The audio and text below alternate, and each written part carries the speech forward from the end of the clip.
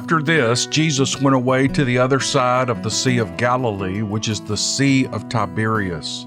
And a large crowd was following him because they saw the signs that he was doing on the sick. Jesus went up on the mountain, and there he sat with his disciples. Now, the Passover, the feast of the Jews, was at hand.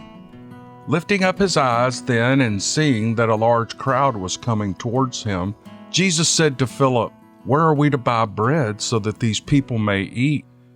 He said this to test him, for he himself knew what he would do. Philip answered him, 200 denarii worth of bread would not be enough for each of them to get a little. One of his disciples, Andrew, Simon Peter's brother, said to him, "There's a boy here who has 5 barley loaves and 2 fish. But what are they for so many?" Jesus said, "Have the people sit down." Now there was much grass in the place, so the men sat down, about 5,000 in number. Jesus then took the loaves, and when he had given thanks, he distributed them to those who were seated, so also the fish as much as they wanted. And when they had eaten their fill, he told his disciples, "Gather up the leftover fragments, that nothing may be lost." So they gathered them up and filled 12 baskets with fragments from the 5 barley loaves left by those who had eaten. When the people saw the sign that he had done, they said, "This is indeed the prophet who has come into the world." Perceiving then that they were about to come and take him by force to make him king, Jesus withdrew again to the mountain by himself. When evening came, his disciples went down to the sea and got into the boat and started across the sea to Capernaum. It was now dark, and Jesus had not yet come to them. The sea became rough because a strong wind was blowing, and when they had rowed about 3 or 4 miles, they saw Jesus walking on the sea and coming near the boat, and they were frightened. But he said to them, "It is I, do not be afraid."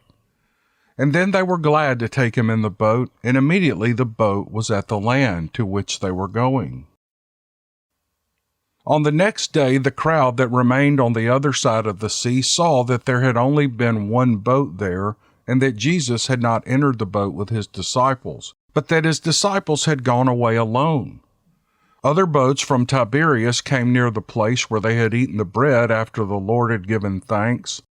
And so when the crowd saw that Jesus was not there, nor his disciples, they themselves got into the boats and went to Capernaum seeking Jesus. And when they found him on the other side of the sea, they said to him, "Rabbi, when did you come here?" Jesus answered them, "Truly, truly, I say to you, you are seeking me, not because you saw signs, but because you ate your fill of the loaves. Do not work for the food that perishes, but for the food that endures to eternal life, which the Son of Man will give you. For on him God the Father has set his seal." Then they said to him, "What must we do to be doing the works of God?" Jesus answered them, "This is the work of God, that you believe in him who he has sent." So they said to him, "Then what sign do you do, that we may see and believe you? What work do you perform? Our fathers ate the manna in the wilderness. As it is written, he gave them bread from heaven to eat." And Jesus said to them, "Truly, truly, I say to you, it is not Moses who gave you the bread from heaven, but my Father gives you the true bread from heaven. For the bread of God is he who comes down from heaven and gives life to the world." And they said to him, "Sir, give us this bread always." Jesus said to them, "I am the bread of life. Whoever comes to me shall not hunger, and whoever believes in me shall never thirst. But I said to you that you have seen me, and yet you do not believe. All that the Father gives me will come to me, and whoever comes to me I will never cast out. For I have come down from heaven, not to do my own will, but the will of him who sent me. And this is the will of him who sent me, that I should lose nothing of all that he is giving me, but raise it up in the last day. For this is the will of my Father, that everyone who looks on the Son and believes in him should have eternal life, and I will raise him up in the last day." So the Jews grumbled about him because he had said, I am the bread that came down from heaven. They said, Is not this Jesus, the son of Joseph, whose father and mother we know? How does he now say, I have come down from heaven? Jesus answered them, Do not grumble among yourselves. No one can come to me unless the Father who sent me draws him. And I will raise him up on the last day. It is written in the prophets. And they will all be taught by God.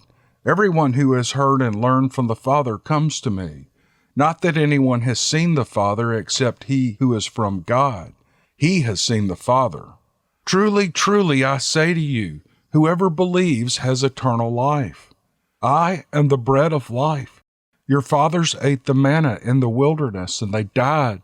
This is the bread that comes down from heaven, so that one may eat of it and not die. I'm the living bread that came down from heaven. If anyone eats of this bread, he will live forever. And the bread that I will give for the life of the world is my flesh. The Jews then disputed among themselves, saying, How can this man give us his flesh to eat? And so Jesus said to them, Truly, truly, I say to you, unless you eat the flesh of the Son of Man and drink his blood, you will have no life in you. Whoever feeds on my flesh and drinks my blood has eternal life, and I will raise him up on the last day. For my flesh is true food, and my blood is true drink. Whoever feeds on my flesh and drinks my blood abides in me, and I in him. As the living Father sent me, and I live because of the Father who feeds on me, he also will live because of me. This is the bread that came down from heaven, not like the bread the fathers ate and died. Whoever feeds on this bread will live forever. Jesus said these things in the synagogue as he taught at Capernaum. When many of his disciples heard it, they said, This is a hard saying, and who can listen to it?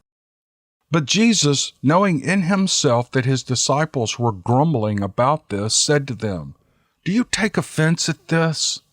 Then what if you were to see the Son of Man ascending to where he was before? It is the Spirit who gives life. The flesh is no help at all. The words that I have spoken to you are spirit and life, but there are some of you who do not believe. For Jesus knew from the beginning who those were who did not believe, and who it was who would betray him. And he said, This is why I told you that no one can come to me unless it is granted him by the Father.